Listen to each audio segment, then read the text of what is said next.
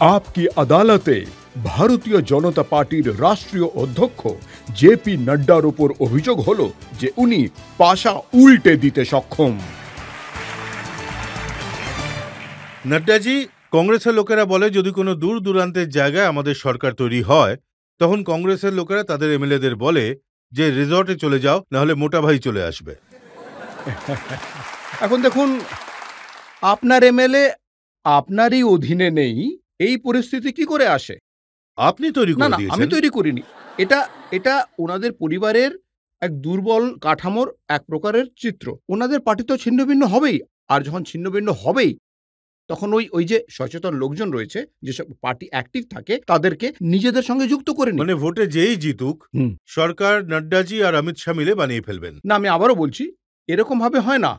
ওই লোকগুলো যখন ছেড়ে আসতে চায় তখন আমি কি বলবো? এখন থেকেও ছেড়ে, যেমন হিমাচলে ভোট হলো, ফলাফল এলো, কংগ্রেস কমফোর্টেবল মেজরিটিতে রয়েছে, কিন্তু রাতের বেলায় ডিসকাশন হচ্ছিল এদের কোন রিসর্টে রাখা হবে, নাহলে সকালে মোটা ভাই আসবে। এর মানে হলো ওনাদের এমএলএ ওনাদের কন্ট্রোলে নেই, তাই তাদের রিসর্টে রাখতে হচ্ছে। আমাদের লোকজনকে কেন রাখতে হয় না? কেউ যাক, যেখানেই ঘুরতে যাক, তারা সবাই জানে যে প্রধানমন্ত্রী মোদি বাবুর নেতৃত্বে যেটা তৈরি করা আছে সেটাকে আমাদের এগিয়ে নিয়ে যেতে হবে।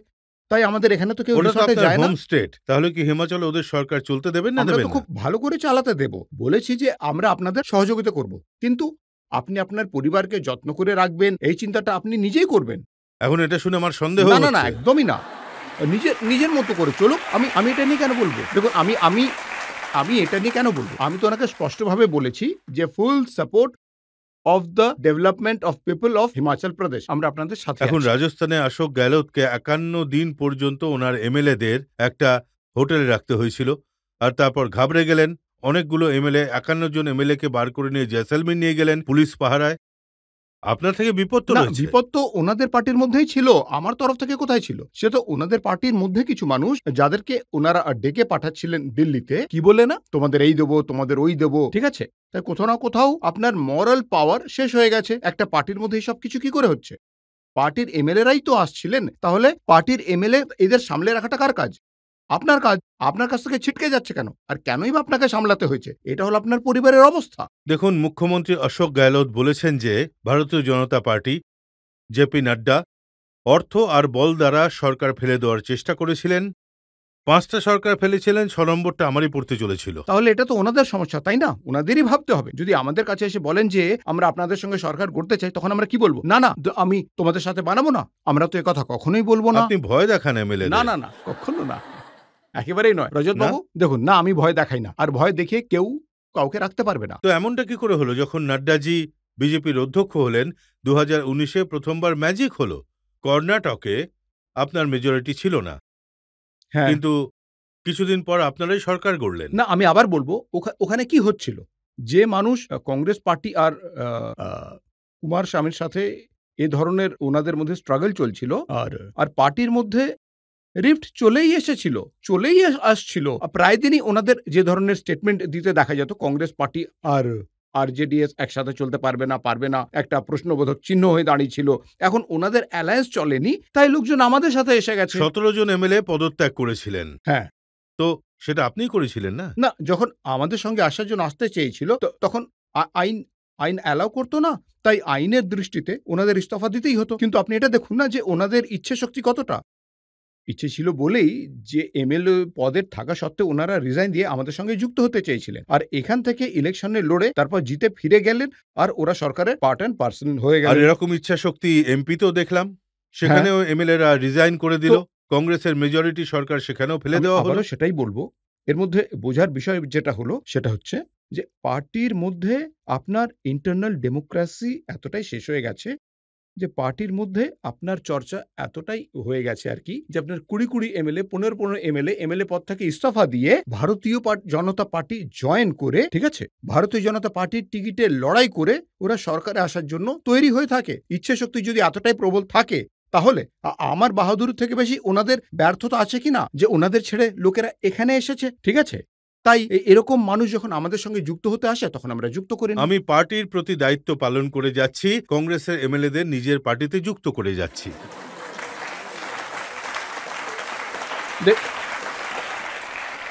দেখুন, আপনার শব্দগুলো একেবারে সঠিক। আমি এখন মানুষ যদি যুক্ত হতে চায় আর আমি যদি যুক্ত না করি তাহলে এটা আমাদের পক্ষে এই সঠিক যুক্ত নয়। করার ব্যাপারে কেজরিওয়ালজি কি বলেছেন আপনাকে বলছি। কেজরিওয়ালজি বলেন যে বিজেপি 277 জন এমএলএ-কে ভেঙেছে। প্রত্যেক এমএলএর জন্যে যদি 20 কোটি টাকা লাগে তাহলে 5,500 কোটি টাকা নাড্ডাজি খরচ করেছেন। কেজরিওয়াল বাবুর কথা কে সিরিয়াসলি শুনবে?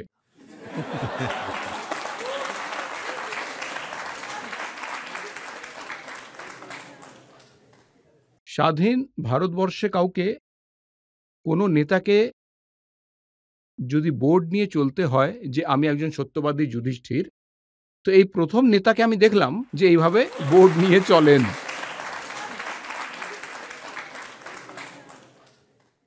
এই তো আপনারা গুজরাটে দেখলেন, এই কাগজটা নিয়ে দেখে নাও। এটা হলো আইবির রিপোর্ট। এই হলো আইবির রিপোর্ট যে আম আদমি পার্টি সরকার তৈরি হচ্ছে। দেখো, দেখো আমি কাগজে লিখে দিচ্ছি, এটাকে দেখো। কোথায় গুটিসুটি মারলেন? কোথায় রয়ে গেলেন? হ্যাঁ? কোথায়, কোথায়?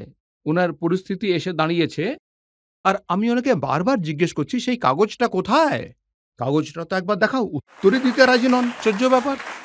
তাই এই ধরনের মানুষদের না, উনি বলেছিলেন যে দিল্লিতে আপনি ওনার সরকার ফেলে দেওয়ার চেষ্টা করেছিলেন, ওনার সেটাই তো আমি এমএলএদের বলছি। ভাঙার চেষ্টা আমি তো করেছিলেন, সেটাই কিন্তু বলছি। কেউ বিক্রি হয়নি। আমি বলতে চাইছি যে কেজরিওয়াল বাবুর ক্রেডিবিলিটি কি? আমি পার্টি বানাবো না, পার্টি বানালেন। আমি ইলেকশনে লড়বো না, ইলেকশনে লড়লেন। কংগ্রেসের সঙ্গে সহযোগিতা করবো না, তাই করলেন। ক্রিমিনালদের আমি টিকিট দেবো না, একজন জেলের ভেতর রয়েছে আর বাকিরা বেল পেয়ে রয়েছে।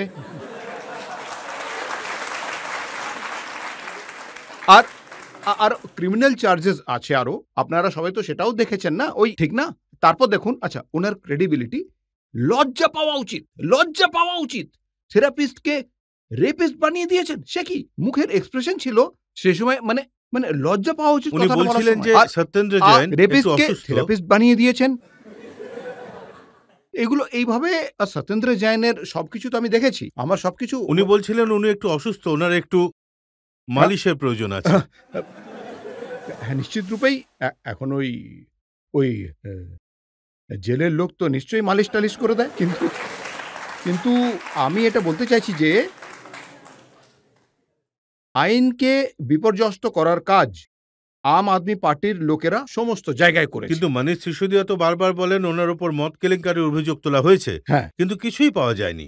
১৭০টা মোবাইল ধ্বংস করা আর ইন্টারোগেশনের সমস্ত কথাবার্তা যেভাবে সামনে এসেছে সমস্ত কিছুই ডিটেইলসে আসবে। কিন্তু আমি এটা বলতে চাই যে হেলথ নিয়ে কেলেঙ্কারি, এডুকেশনে কেলেঙ্কারি, মদে কেলেঙ্কারি, ট্রান্সপোর্টে যে কেলেঙ্কারি, দিল্লির জলের ব্যাপারে কেলেঙ্কারি, সব কেলেঙ্কারির উপর কেলেঙ্কারি আর কোনো জবাব নেই। কোনো রকম উত্তরই নেই। সত্যবাদী মানে যুধিষ্ঠির, সত্যবাদী যুধিষ্ঠির এই ধরনের বোর্ড হাতে নিয়ে ঘোরেন। এটা বোঝানো হয় যে কি ধরনের বেইমানি ওনারা করেছেন। এই কথায় যে কতটা সত্যতা আছে, আপনি মনীষ সিসোদিয়াকে অফার দিয়েছেন যে আমাদের পার্টিতে চলে এসো, ইডি আর সিবিআই কেস ফেরত নিয়ে নেবে। কোনো প্রশ্নই ওঠে না, কোনো প্রশ্নই ওঠে না। এইরকম কট্টর মানুষদের আমরা কেন নিতে যাব? যারা এই লেভেলের দুর্নীতিবাজ, একদম কোনো প্রশ্নই ওঠে না। নিউ ইয়র্ক টাইমসে ছাপা হচ্ছে যে এডুকেশন খুবই ভালো এখন। এডুকেশনের এমন অবস্থা করে রেখেছে যে কোনো প্রিন্সিপালই নেই, কোনো টিচার নেই, রুমগুলো খালি পড়ে রয়েছে। এই হলো অবস্থা। আপনারা কি ছবি তৈরি করে দিয়েছেন? তো এই ধরনের মানুষদের, যারা মানুষকে ভ্রমের মধ্যে ফেলে দিয়েছে, তাদের কোনটা ঠিক আর কোনটা ভুল এটা স্পষ্টভাবে দেখানোই আমাদের কিন্তু দায়িত্ব। নাড্ডাজি হ্যাঁ, কোনটা ঠিক কোনটা ভুল সেটা দিল্লিতে দেখাতে পারেননি। হ্যাঁ, দিল্লিতে ৩ বার হারিয়ে দিয়েছে ওনারা হ্যাঁ, ঠিক আপনাকে। আছে। আমরা অল্টারনেটিভ পার্টি রূপে উঠে আসছি আর আমরা আগামী সময়ে গিয়ে ওদের পরাজিত করব। হ্যাঁ, তাই করব। এতে কোনো সন্দেহ নেই। না, এটা তো আপনার স্টেট ছিল। আগে বিজেপি যদি কোথাও at one point of time যেটা হয়েছিল যে কংগ্রেস পার্টি নিজেদের সমস্ত সমর্থন ওনাদের দিয়ে দিয়েছিল। এই লড়াইটা এই কায়দায় লড়া হয়েছিল যেখানে দুজন একসাথে মিলে লড়েছে। তাই এই লড়াইয়ের একটা ন্যাচারাল আউটকাম তো হয়েই থাকে। কিন্তু আমরাও বুঝে গেছি। এখন আমরা জানি যে আমাদের একাই লড়তে হবে। আমরা কিন্তু লড়বো দেখুন একাই ওরা তো একাই। এই কথাটা নিয়ে মজা করে যে দিল্লির কর্পোরেশনের ইলেকশনে ভারতীয় জনতা পার্টি বড় বড় দিগ্গজদের নামিয়েছিল, মুখ্যমন্ত্রীও ক্যাম্পেইন করছিলেন, কিন্তু তবুও জিততে পারেননি। আমরা প্রতিটা ইলেকশনে এইভাবেই লড়াই করি। প্রতিটা ইলেকশনের মতো করে লড়ি। আর আমরা কখনো এটা সিদ্ধান্ত নিই না। হায়দ্রাবাদে মিউনিসিপ্যাল কর্পোরেশনের ইলেকশন হয়েছিল। মিউনিসিপ্যাল কর্পোরেশনের ইলেকশন ছিল। রাষ্ট্রীয় অধ্যক্ষ গেছিলেন সেখানে। আমরা সেখানে জিতে এসেছি। তাই আমরা যখন এই ইলেকশনে লড়ি তখন আমরা এটা মাথায় রাখি না, কোনো স্ট্যাটাস সিম্বল রাখি না, আমরা জমিতে দাঁড়িয়ে আমরা ইলেকশনটা লড়ি। আর যদি কমান্ডারও থেকে থাকে তাহলে নিজের সিপাহীদের সঙ্গে, নিজের কার্যকর্তাদের সঙ্গে লড়াইটা করি, ওদের সাথে দাঁড়িয়ে আছি।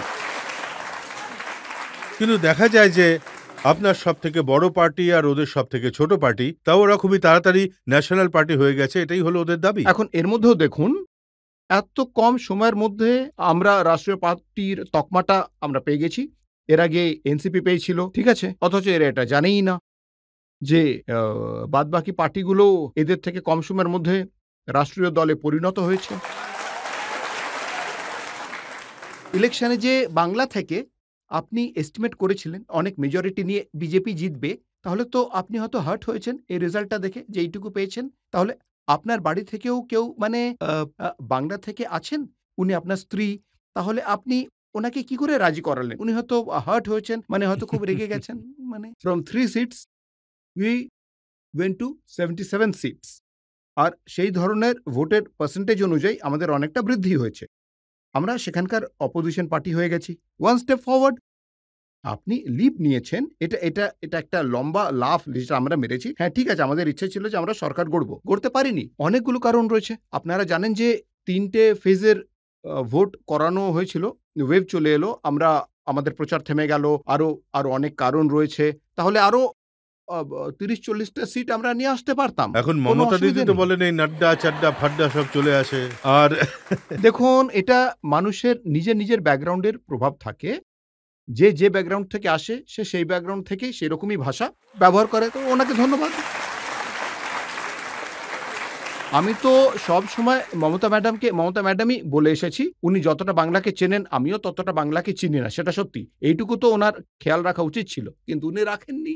তো যে প্রশ্ন উনি করেছিলেন, বাড়িতে বকা খেয়েছিলেন যখন না। আপনি বেঙ্গলে ভোটে হারলেন? আসলে ব্যাপারটা হলো, এটা নিয়ে আমি একটা কথাই বলবো যে আমরা সবাই মানে একটাই জানি, never mind, will try again.